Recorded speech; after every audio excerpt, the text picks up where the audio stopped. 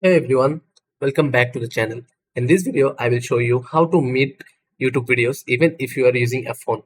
Normally, if using the YouTube mobile app, there is no inbuilt in mute button. You can only lower your phone's volume, but that's a problem. If you reduce your phone volume, then other things will also be muted. But there's a simple workaround. Open youtube.com on your mobile browser instead, then tap on the three dot here and make sure to choose the desktop site.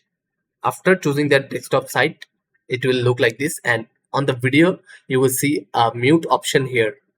You can click it and then mute, then the video will be muted and your other sounds will remain on your phone.